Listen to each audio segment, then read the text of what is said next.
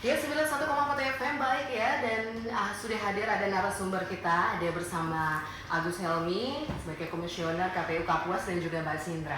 Silakan untuk sosialisasinya di sore hari ini kami persilahkan. Oke, terima kasih Kak. Kita kembali lagi ya bersama Sindra yang akan memandu jalannya podcast pada sore hari ini. Podcast KPU Kabupaten Kapuas yang bertemakan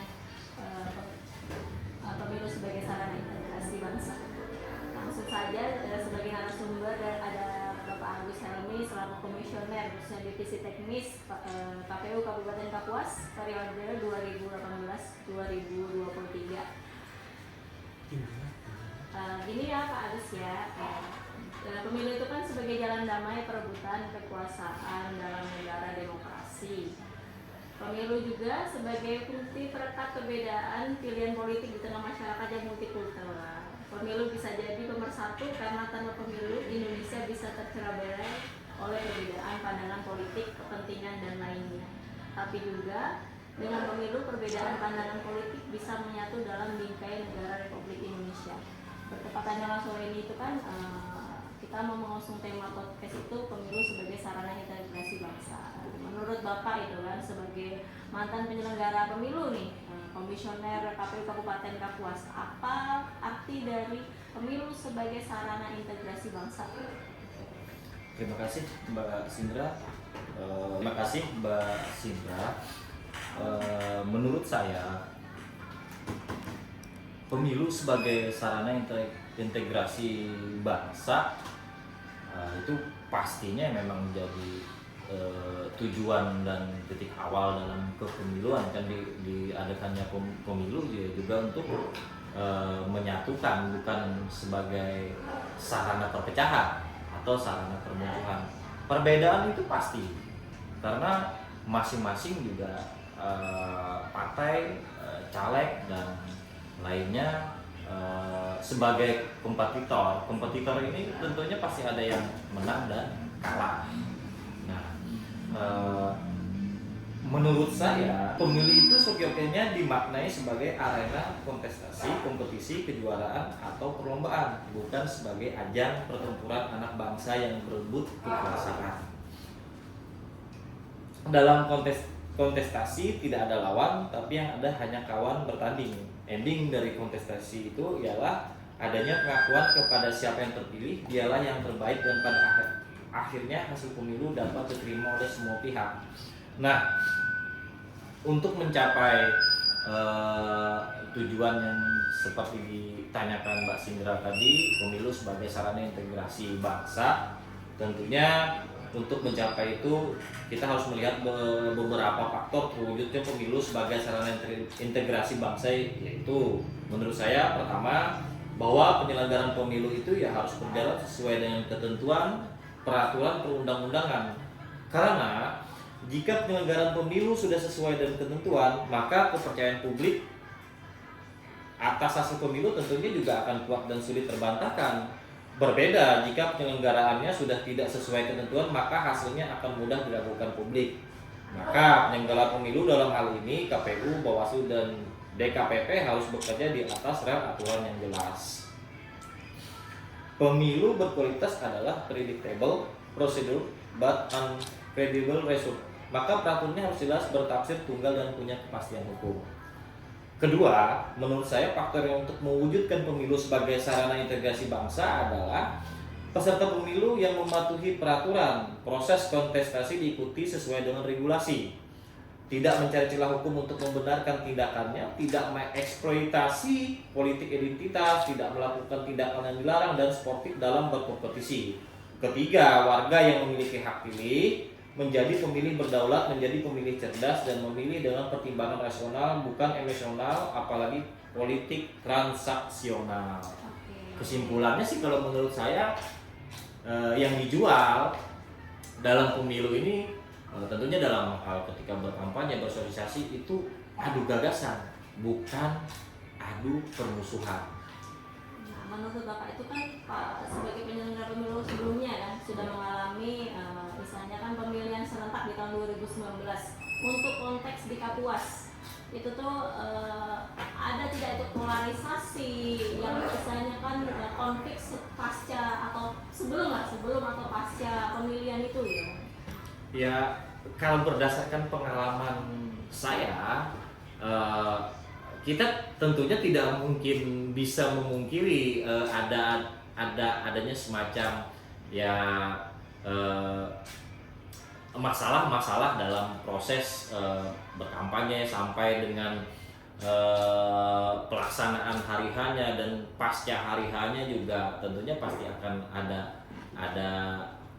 apa ya saya bilang tidak menghendaki sengketa, tapi itu bisa saja terjadi kayak gitu. Dalam berbicara konteks pemilu pasti akan ada sengketa karena kita berbicara kompetisi kayak gitu. Nah,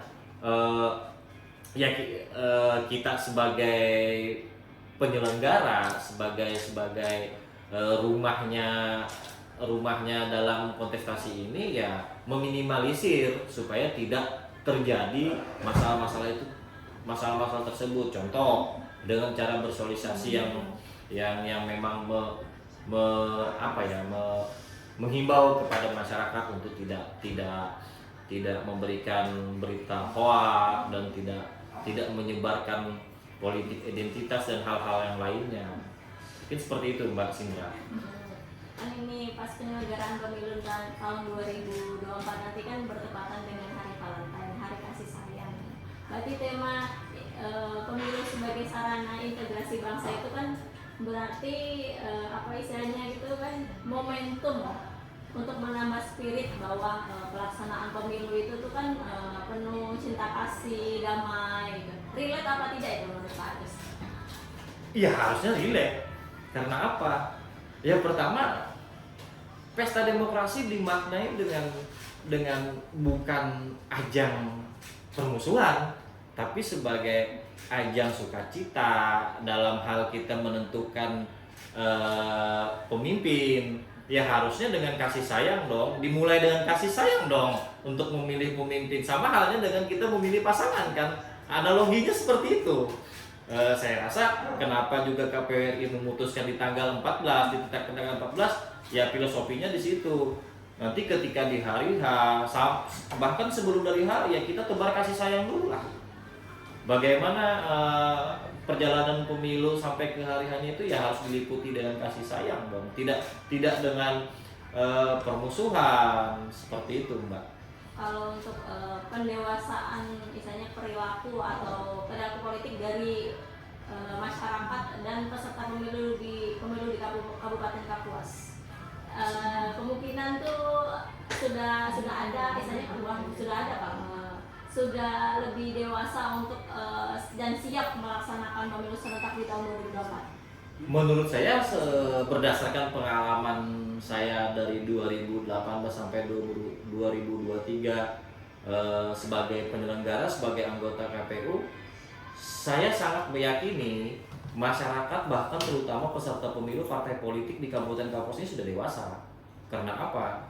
Ya kita bisa lihat sendiri dari kooperatifnya, koordinasinya, dan juga mereka memahami yang mana yang sesuai aturan dan tidak. Tinggal penyelenggara pemilunya saja lebih memberikan education atau pendidikan politik, politik ya seperti apa sih, aturannya seperti apa, sama juga supaya ini bisa terlaksana kedewasaan tadi didapatkan dalam arti sebenarnya. Peran serta partai politik juga diperlukan untuk memberikan pendidikan politik yang sebenarnya. Mungkin seperti itu Mbak Sindra. Saya bilang dewasa ya, kalau untuk Kapuas sudah dewasa mereka. Dengan jumlah pemilih terbanyak kedua di wilayah Kalimantan Tengah. Bahkan untuk caleg pun paling banyak juga nih Kalimantan Tengah ini. Nah, apakah kemungkinan nih rasa-rasanya bakal ada atau tidak? Atau ini aja untuk peningkatan partisipasi politik masyarakat akan meningkat apa dibandingkan 2019? Pandangan pribadi apa sebagai pribadi aja. Sebagai penyelenggara pada masa itu? Pribadi dan pengamat nih bagus. Tentunya kalau sebagai pribadi saya sendiri dan juga pengamat, kita maunya pelaksanaan pemilu ini kan sukses. optimis dong. Pasti partisipasi masyarakat ketika di hari raya memang harus meningkat karena ini ditentukan oleh pemilih, ya, bukan dari si Mbak Sindra sendiri, tidak, karena kan pemilih. Partisipasi sangat diperlukan dan saya yakin partisipasi pemilih ini akan meningkat pada pemilu 2024. Ya, pertama pandangan saya pribadi karena menentukan presiden yang baru, itu satu. Kedua juga dari caleg-caleg ya, baik dari tingkat RI, DPD, provinsi dan kabupaten juga banyak muka-muka baru kan. Nah, tentunya masyarakat juga bisa menilai apakah perlu adanya perubahan atau tidak, tergantung dari partai dan calegnya masing-masing. Itu yang pertama. Kedua, untuk meningkatkan partisipasi pemilih seperti yang saya maksud, meningkat, optimis meningkat, ya perlu lebih ke KPU, penyelenggara dan partai politik juga sih untuk meningkatkan itu, karena pendidikan politik tadi itu penting. Contoh kayak KPU juga dalam sosialisasi ya memang harus lebih masif lagi meningkatkan partisipasi pemilih tujuannya. Bahkan saya bilang, kalau saya mau sih ada ide-ide gila lagi yang dari KPU, tidak yang sudah formal saja, tapi diberikan semacam terobosan baru yang memang bisa meningkatkan partisipasi nantinya. Termasuk partai politik juga memang harus dituntut lebih masif juga ke jajarannya di bawah, ke kader-kadernya untuk menyukseskan pemilu ini, yang tentunya akan berimplikasi ketika partisipasi masyarakat untuk memilih kurang. Ya euforia pesta demokrasi ini kan tidak terlalu berasa jadinya, seperti itu ya. Oke. Terus ini Pak Ai, menurut Bapak nih, di antara 5 dapil yang ada di Kapuas, yang paling ramai dapil mana? Prediksi untuk pemilu serentak, untuk pemilihan Ramenya ini rame dalam konteks apa dulu nih? Selain kan kalau peserta mungkin paling banyak kan di dapil 5 kan, di wilayah Kapuas Timur. Jumlah kursinya yang memang tinggi ya. Oke. Nah, kalau untuk kontestasi, persaingan antar calon, Ya, saya tidak bisa mengeneralkan seperti itu Mbak Sindra, karena masing-masing dapil punya problemnya sendiri, punya kulturnya yang berbeda juga. Tapi saya yakini pada dasarnya mereka juga baik di dalam setiap dapil, walaupun jumlah kursinya berbeda-beda, jumlahnya tidak sama, persaingan itu pasti akan ketat. Mau dimanapun kita berbicara ramenya, ya kita lihat juga sekarang kan, baleho, spanduk sudah bertebaran, nggak cuma di dapil satu di Selat saja, seluruh dapil juga seperti itu. Ya saya rasa kalau berbicara rame, ya semua pasti rame di dapil 5 karena masing-masing berkompetisi, dan ketika ada sebuah persaingan, kompetisi, tentunya juga akan memunculkan keramaian. Ya kita berharap keramaian ini dalam diksi yang positif ya.